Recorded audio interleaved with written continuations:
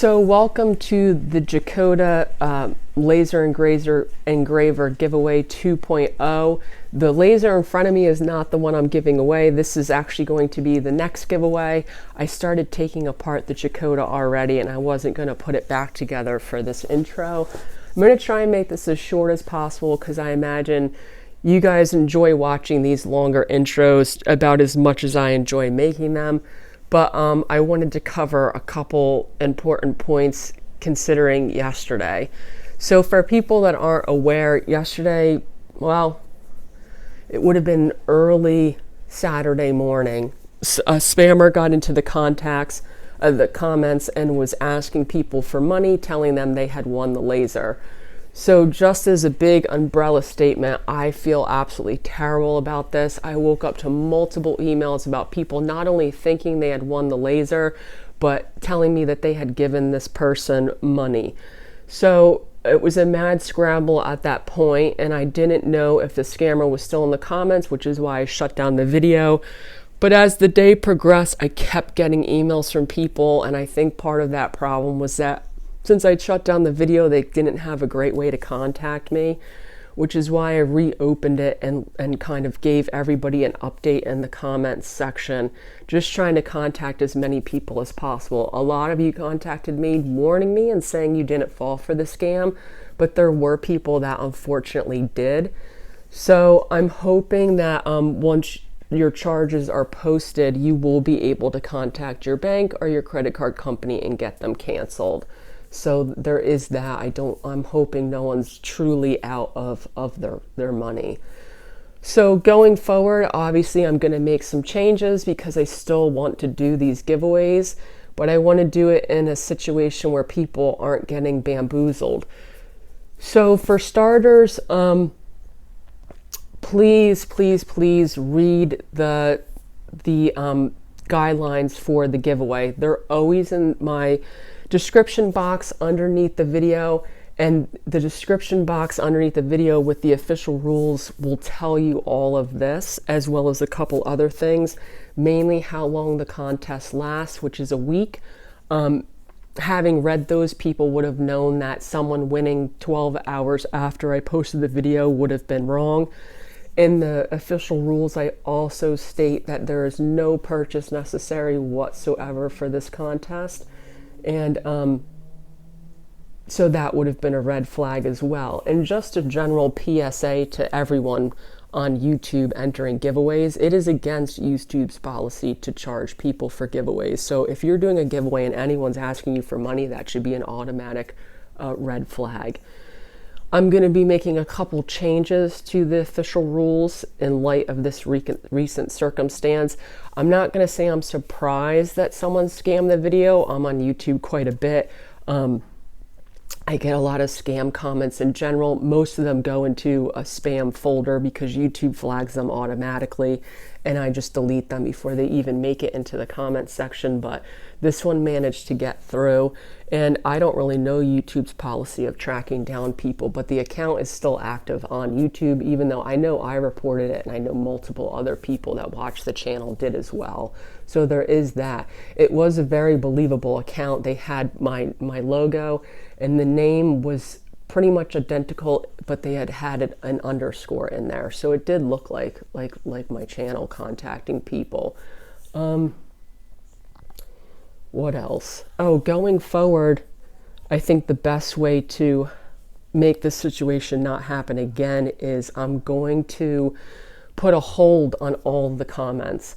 So what will happen is if you make a comment, it will go into a different inbox than just posting right to the channel, and then I have the access to go through and approve or deny all the comments.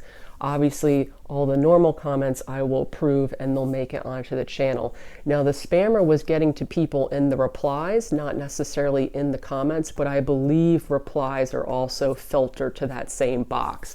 With that said, I'm not on YouTube all day long, so if you post a comment, I will probably not approve it right away.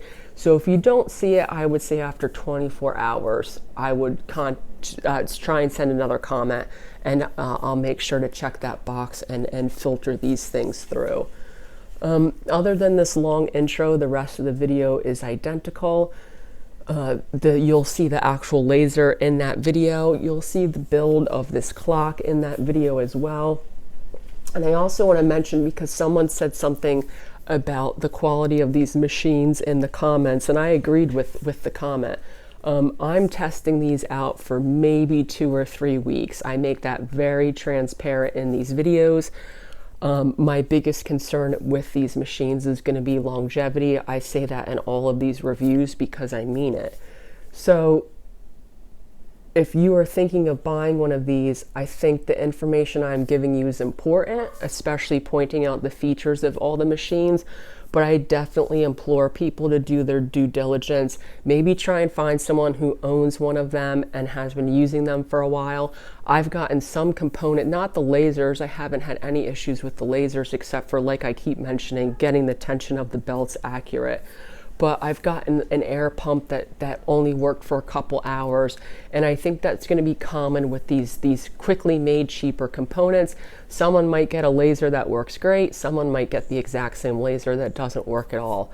So these are an investment. They're very cool machines, but some of them cost a lot of money, and I also think you definitely have to buy an air pump and some sort of venting system. The HoneyComb Bed is something you definitely need, but that is also something that you can make yourself. But on top of the laser, you're looking at another $100 to $200 in components that you should buy to safely run the machine. So they are quite expensive. And I do think I try and make these videos as informative and truthful as possible, but I do think when buying something like this, at least myself, I do try and find various sources of information, especially if you could find someone who's been using a laser for a little while as well. I'm not going to get a ton into depth about this machine because I covered a lot of this in the last video I posted comparing, contrasting these lasers, but I'm going to show you a couple things that makes this one of the ones I like the most. Number one, I like the drag chains on both of the X and Y axes. It keeps all the wires out of the way, nice and tidy. They're not all over my work table. They're just really nice. Number two, this one by far has the tallest stands. So the only time I had to change out the legs was when I used the Rotary, which actually, now I forget, this laser is also coming with a Rotary. I forgot about that until I started doing this intro. So I tested it on this, but that will be included in the giveaway. The other thing I like is these belt tensioners are on the side, which kind of keeps dust off of them. The dust will still stop this laser, and it has for me as well, but this makes it a little bit easier to clean. And I also like the fact that this one has a built-in tensioner. It just makes doing those belts a little bit easier. And this one also has the air pump hose in the drag chain, which makes it, like I said, it keeps everything off the table. This table gets really messy really quickly with all of these wires, so having everything tied up is quite nice. The other thing I really liked is this bed is much larger than the other beds, which is how I was able to cut the clock pieces because they were too big for the other beds. So all of those little things added up just make this probably, like I said, if I had to pick a favorite, this would probably be it. So here's the Jiccoda all set up, ready to go. I've yet to have one of these lasers that doesn't work out of the box. The only problem I've had is belt tensioning, which was my fault, not the laser's fault. And like with all of these, the first thing I'm going to do is engrave my logo. I enjoy doing this because you can tell pretty quickly if these are going to work. I'm not planning, mostly I use these for cutting stuff out, but also I have this all on one sheet of ply at this point, so it's a nice little compare and contrast for the other lasers. I also noticed this is the air pump when it was first being used, and it actually did work in the beginning, and then just showing how that air pump gets hooked up with that hose running through the jag chain, which I like. But with that long intro, I did forget to mention that the way to enter this giveaway is just by leaving a comment in the description. So I have the logo in the program, and I just imported it. It's the same logo I've been cutting for all of these, and then I frame out where I want it to cut, and then I could start the laser. Now this laser I actually started testing before the last one, the Atom Stack, the giveaway. And this is when I noticed the settings in Lightburn had been shifted. So you could see there's my original image on the left, and then the image it was engraving was on the right, which is why it looks so muted. I basically just went in there and returned all of the settings to default. You could see now it was mirroring the image properly, and I re-engraved it, and that's what that one up top there is. Now at this point I did this a little bit faster. I changed the speed setting, but all of these engrave quite well. It's just some of them are a little more powerful than others. So then I decided to try out the Rotary. To be perfectly honest, I don't have a ton of interest in these. I don't really see myself using them, but they did send me one. So I obviously was going to test it for the video. With these, you're always going to have to prop this up. Luckily, a quart of stain finish is perfect for this. And then with this one, unlike the Rotary, which has a switch, I have to unplug the Y-axis on the machine and plug it in from the Rotary in order to get it to work. So you can see I had a glass there at first because someone said you can use these lasers on glass, but that is only the more powerful lasers. My understanding is these 5-watt and 10-watt lasers, all the ones I've tested have been 10-watt lasers, are not powerful enough to engrave glass. You can put something on them and engrave that, but the glass itself they won't. So that's why I use that little bamboo cup. You can see the engraving work perfectly. And then this is just comparing this one I really liked. It was very streamlined. It was easy to adjust. You can see I'm just kind of going through the motions of showing you how this works. And right next to it I have the original Rotary that Rotary sent me, which isn't as nice. So this is a nice machine, and especially if you want to start engraving stuff, it will work pretty well for you, I think. There's not a lot to it. There's a nice belt tension knob, and then this one you could see there's a lot more moving pieces. I had to completely assemble this one. The Jiccoda came together in the package, which was quite nice. But they both work, just two different designs. Like I said, I'm not really planning on using these, and this is what it looked like in the box, so it was ready to use right off the bat. So when I first got these laser engravers, I bought these plans for a clock on Etsy, but parts of them were too big for the bed. And when I upload them into Lightburn, this one part's supposed to be 412 millimeters, and for some reason it uploads too small. Now I could probably just email the seller and get it fixed, but I had already asked him a couple questions about other things, so I thought I could just try and figure this out myself. So all I did was I took the entire plan and I blew it up in Lightburn, and when I zoomed in, I can make sure that that measurement was at 412 millimeters, that one part. I test cut that one part. You can see that I'm actually testing this on the Atom Stack, and then I can measure it with a metric tape measure, and it was in fact 412 millimeters. So I could save that file with all of the parts blown up, and then I could just go through and delete and add stuff to the bed and cut them out. That was how I cut out the plans for this. Now you could see on this first cut everything turned out quite nice. On this one I did multiple passes to make sure it goes all the way through, because if it doesn't go all the way through, when you're cutting this much stuff, realigning everything is impossible once you lift these pieces up. So that one part that I showed that was off was because there was dust on these tracks. If these machines aren't clean, the wheels will slip on the dust, and then it throws the alignment off of the whole project. So that's why you commonly see people making these cases for these to go in, because the dust on those tracks will ruin a whole piece. Luckily for myself, this one, it was only 1 or 2 pieces I had to recut. But you can see on the back side, because of the differencings of this plywood, it doesn't always cut all the way through in certain spots. So that's why I always do multiple passes. I usually do 1 extra pass than what I need on these bigger pieces to make sure it goes all the way through. But this is just going to be a series of showing you how much stuff I cut out. Of all of the lasers, this one I probably used the most because there were so many parts to cut out. I was running this thing almost all day long. These bigger sheets of parts take about 3 hours, 3.5 hours to cut. So I was working in the shop on other projects while having this machine constantly running for multiple days, cutting out all these parts. So these plans also come with build instructions. So as I had the pieces I needed, I could start putting this together. His instructions are not the best. There's not really an order of steps. So you'll see later in the video putting together this base, which technically he shows in the plans as the first step, was not the first step.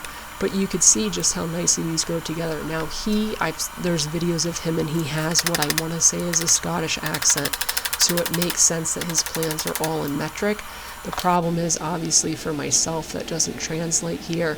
So I'm using 4/4 inch plywood, 1/4 inch plywood, whereas he used 6mm. 6mm is slightly thinner than 1/4 inch. So that's why you see me just sanding all the parts. It ended up working, but some of my plywood was like a hair too thick. So I would just sand some of the parts in order to get everything fit. So like I'm showing, you can see even with how well this works, sometimes it doesn't cut all the way through and I have to use an X-Acto just to break some of that grain. So you can see I'm just using some pins. I ordered you need some metal pieces and some washers. I ordered all of that from McMaster. And then this was kind of the fun part, was putting everything together. This ratchet is what I think is sticking, and that's why the clock isn't working as of right now. So we'll have to go back through and fix that. I just didn't have time to for the video. And then some of the parts are actually, I believe it was 3mm, which the closest I could get was I believe this was 1/8 of an inch. Once again, it ended up working, but it is slightly thicker than what he was using. So this is just the clock dial. This was another one. It took I think like 2 hours to cut all these pieces out, and then you could just pop everything out and just keep collecting those stacks. So the plus side to this, and one of the reasons I really like this machine, is it's basically doing double duty in the shop. I have this cutting pretty much all day while I'm working on other stuff. And then this is starting to put it together. I managed to get the wheels in there without taking apart the sides, but after that I realized in order to get the pallets in, I had to take apart the sides. And he has videos too, which I didn't realize until after I'd printed out the instructions that do tell you a little bit more about how to put this together. But you could see using my hand how all of these wheels are going to move. The escape wheel will move, and then the minute and the hour hand wheel will move as well. So once I had all those wheels in place, I could reassemble the sides. And then just as an object, it's just aesthetically pleasing to look at one of these wooden clocks. And then the top can go on as well. I'm going through this pretty quickly, and I'm trying not to show a lot of the plans because I don't want these are paid plans, and I don't want anyone being able to reverse engineer too much of this piece from looking at my video. I don't think someone could do that, but people are there's some crazy ingenuity out there. And then just putting together the bottom part of the pendulum, like I said, you could see just how nicely all these pieces fit together. My scaling up at this point I knew must have worked because everything was aligning pretty well.